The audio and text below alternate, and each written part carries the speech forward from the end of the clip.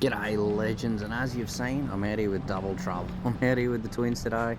We're chasing up a few mud crabs. The freezer had a few frames in it that I collected over a long period of time. So the first thing we got to do is find an estuary, and this one will do just fine. The river's running a little bit fresh, but we thought we'd see how we go. Time to prep the bait. Probably should have done this ahead of time, but luckily I had a decent knife in the boat. Now this is the girls' first time throwing their own pots in themselves, so they're pretty excited about it all on who's throwing what in where, but with a bit of direction and a bit of advice, they're doing a bang up job. Nice throw. So this afternoon we're running 9 pots between us. We got the 4 kayak pots, the orange ones, 4 of these blue ones, and the big steel girl we had to tip off at the start because it gets in the way and it's heavy. So the girls have got their pots in, they're throwing in one of these blue ones too, just to keep it all legal.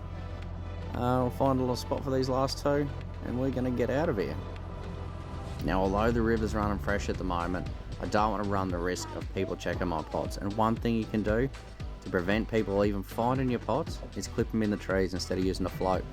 It's got to be above the high water line for it to be legal, but this is still legal. Just make sure you've got a tag on the pot and one above the water line. That's it, they're in. The girls and I had a bit of a fish, but the wind was strong, so was the run, and the water fresh, so we called it a night, pulled the boat out, only to dump it back in at first light again in the morning. I'll see you then. Righto guys, it's nice and early, day 2. Today we're pulling the pots out whether we get crabs or not, but we're heading out to check to see if we got anything overnight. The tide's rising, so we're racing out to beat that. It's about 6 in the morning, I've got the twins with me, and they're eager to see if we've caught any mud crabs. Well, let's get to it. Come on, get into it.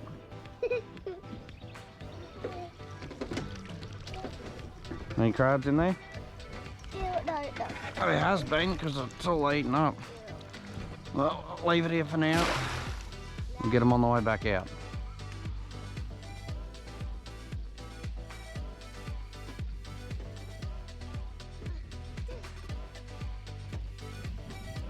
No crabs again. Bugger. Now, unfortunately for us, this became a bit of a common theme. We ended up catching a few crabs, but not the species we were after. Check these guys out. Now, I don't know what these guys are actually called, but I call them stone crabs because they roll like a stone. I don't know if they're edible. I don't even know if you're allowed to eat them. I've caught them in the Calliope, and I've caught them in Ship Creek near Barney Point. But yeah, I always just let them go. Pretty cool little critters though. Not quite the mud crabs we were after. Cool nonetheless. See you boys.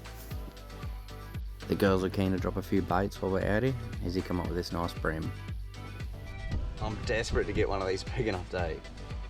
How big have they got to be?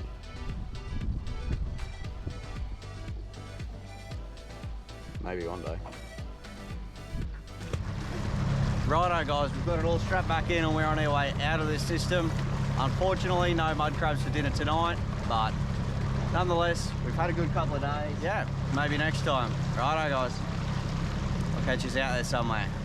See ya.